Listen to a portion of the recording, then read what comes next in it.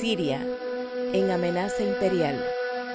Desde que terminó la Segunda Guerra Mundial, el Medio Oriente, por tener grandes reservas petroleras, abundantes recursos naturales, por su cultura, por sus creencias y sus costumbres, vive en una situación única y contradictoria. Con el inicio de la Guerra Fría entre el bloque occidental encabezado por Estados Unidos y el bloque soviético liderado por Rusia, Estados Unidos recurrió al espíritu religioso para levantar un muro de fundamentalismo que impidiera la filtración del comunismo a los países islámicos, hecho que facilitó los golpes de Estado contra sus gobernantes, dando inicio en Siria, Egipto, Libia y otros países árabes, y así culminar con la creación de Al-Qaeda. Con apoyo militar, apoyo económico por parte de Occidente y especialmente de los Estados Unidos. Pero Al-Qaeda, su papel ya terminó. Ve que cuando matan a Bin Laden, ese Bin Laden solitario, donde los Estados Unidos y Europa tienen armas sofisticadas para definir qué estamos hablando hoy en día nosotros bajo este techo. ¿Cómo era posible que durante 7, 8, 10 años o 9 años no pudieron localizar a Bin Laden? ¿Cuándo lo localizaron y cuándo lo matan?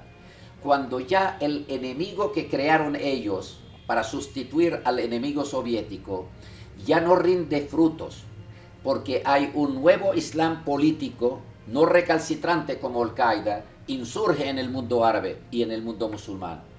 Después del triunfo de la primavera árabe en Túnez y en Egipto y el surgimiento de otros movimientos a lo largo y ancho del mundo árabe y el mundo musulmán, ya Bin Laden y su Qaeda no le sirve al imperialismo, no le sirve a los centros del poder internacional, lo pasan a la historia a través de un asesinato. De esta manera, desde 1945 hasta 1962, en Siria tuvieron lugar muchos golpes de Estado.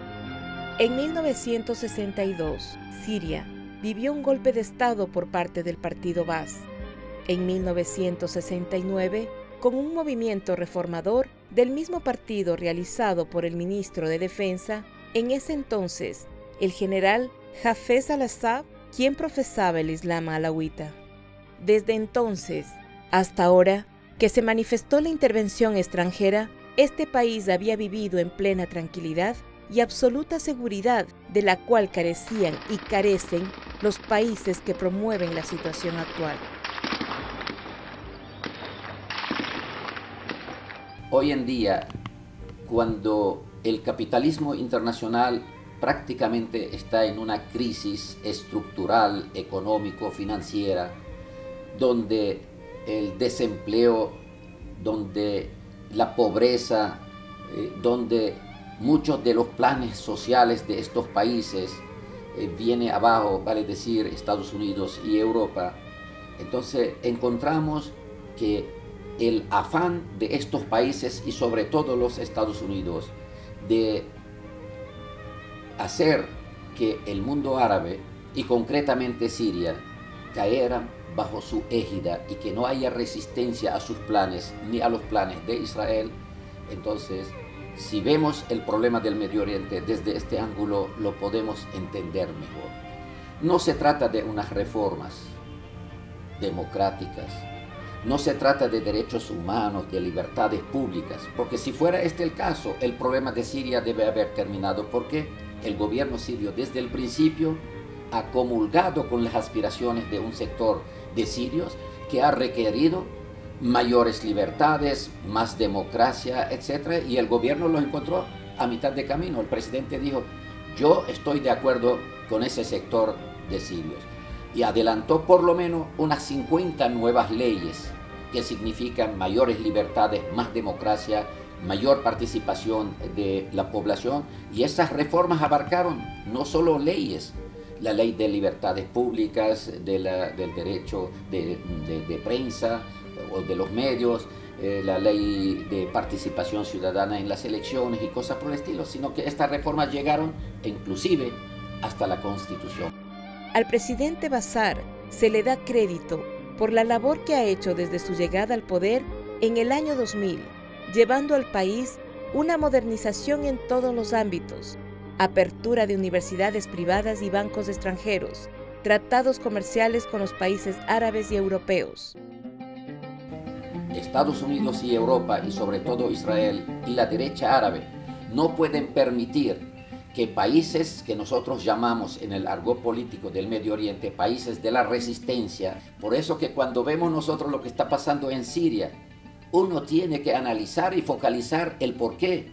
Porque quienes triunfaron en Egipto o quienes triunfaron en Túnez, quienes hoy en día alzan su voz en contra de un gobernante en el Yemen o en Bahrein, en Marruecos o en Jordania, están solicitando precisamente una política que está siguiendo el gobierno sirio. Pero la idea es precisamente privar que estos países de la resistencia vayan a cosechar triunfos luego de la salida de las tropas americanas de Irak y luego del triunfo de los movimientos populares árabes en procura de mayor participación en la política de sus países. Esta circunstancia viene a dibujarnos el mapa político, el mapa geopolítico en el Medio Oriente. La idea no es reforma, porque ya la tenemos en Siria. La idea es cómo tumbar, no un gobierno nada más, sino el espíritu de resistencia que ha obstaculizado los planes de los grandes centros del poder internacional en contra de la población árabe y en contra de la población musulmana en 56 países. Vasallar a sus pueblos y expoliar sus riquezas y luego imponer sus políticas en lo económico, en lo político y en lo social.